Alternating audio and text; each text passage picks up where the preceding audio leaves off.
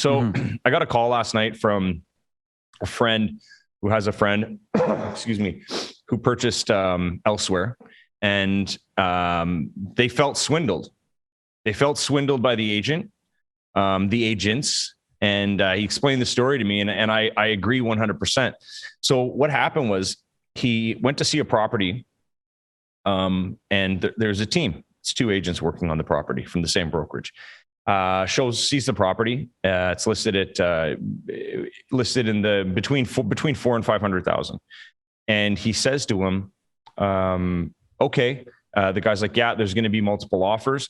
What do you think? And he's like, well, I want to bid, 500,000 on it. And he's like, wow, no. He's like, that's not going to work. That's not going to work on this. He's like, well, I'd like to bid 500,000, and then, the seller can counter, or when it comes time to, when there's other offers on the table, maybe I'll up my bid. He's like, that's not going to work. You're going to have to pay 550 if you want the property. He says, has it in writing that the agent's saying, I will not submit the offer that you're asking for. I won't submit it. So basically what's happening here is you've got two agents working together who are going to double end a property and trying to get this guy to spend more money than the other buyers are going to bring. So his own agent that's representing him said they wouldn't submit that offer? Correct. Wow. And so he ended up actually, and then this is the kicker. They tried to get him to spend more money. He refused. They said they had 12 offers. He's working with them, and all he's doing is hearing this from them. There's no proof of anything. He's like, they tried to get him to spend more. He said, no, this is my top number. They accepted it. It's conditional. They accepted it because they said he had a letter from the lender.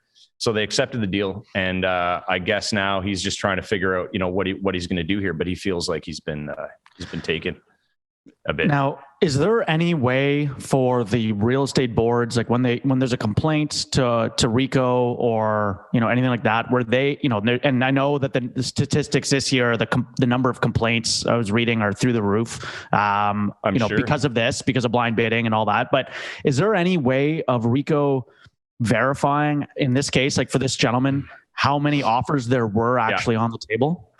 Yeah, they have to keep record of everything.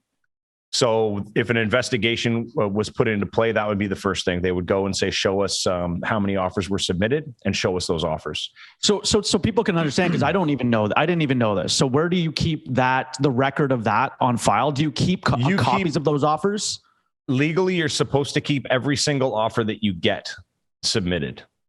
So, and I only learned this year after I had, at the beginning of the year, when I had that 36 offer property. So you had to go through all the emails, and I had them all. I had them all downloaded, named in folders. So if anything came up, I could go back and see it, right? But yeah, you have to. And I bet a lot of agents that are even listening to this right now don't know that.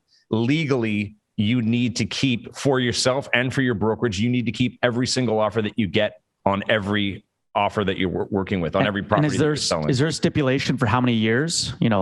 Is there like a timeline at all? That I'm not sure of. I imagine there's a timeline. It could be 7 years, just like, So when this regulation comes into play, because I feel like it's inevitable. When it comes into play, I wonder if they'll backdate it. So, if you bought a home in the past, you'll be able to see the last couple of years worth of transactions. No, there's no way. They'll just it'll be from a point in time forward, I would think. I don't think. Yeah, it'd be hard for them to go back. It'd be nice, but then that's what I'm wondering. All the people that were outbid, like, damn it. Yeah, like 2 years ago, being like, I got screwed over. Yeah, no, or just have some system that scrapes all the data. Terry Wilson was asking if you knew what the comps were on that property. On which one? The one in Quebec. I'm assuming she posted it a few minutes ago. I don't. It is a Quebec property, correct? I think you mentioned, or. Yeah, okay. Could be. Oh, sorry. I thought it was. I didn't realize that. I apologize. Could be. Could somewhere else. Somewhere else. In another province. Yeah. That's a shame. Luckily, he's under conditions. And this goes to 2 points here.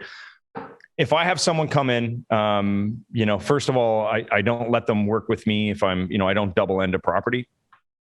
I bring them to somebody else. There's no commission reduction. And there's also, as an agent, you do what someone asks you to do something, you do it, you don't try to convince them to spend more money.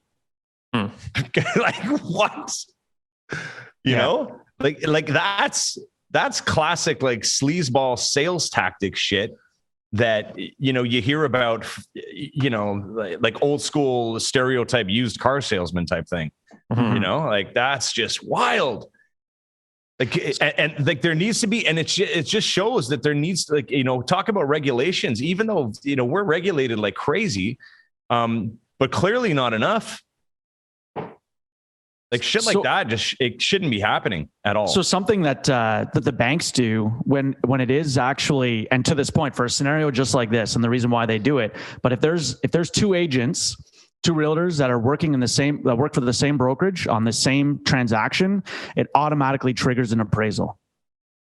So a lot of people don't realize that, but it automatically triggers an appraisal. The bank wants that because of that exact reason of collusion. Really? This is a fact? Yeah, they're worried about collusion on a transaction. Yes. So if it's under the same house, cahoots. Yeah, if it's two agents with Blue Panda, it's going to trigger an appraisal. If it's two like from the same Remax office, or Remax in Ottawa here, Remax affiliates or Remax whatever, it's going to trigger an appraisal. So I didn't know that's something to be aware of as well for, if any of you agents out there, and I hope there's none of you out there that are, transacting this manner, but it will trigger an appraisal. And if it's something where you've gone in unconditional and you've inflated that price where it can't hit value, then, you're going to be up the creek because maybe you get a complaint to RICO, which now, what Greg's mentioned, you have to keep all offers on any property. So they'll, then you're getting that blind bidding. What was the closest? Why are they being bid up and why is it not hitting value?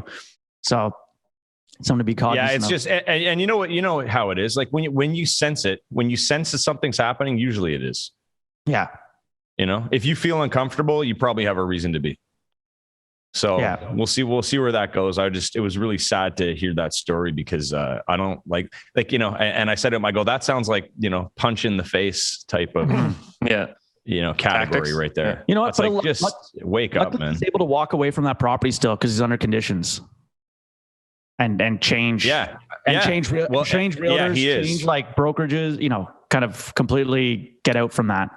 There are definitely options there for sure.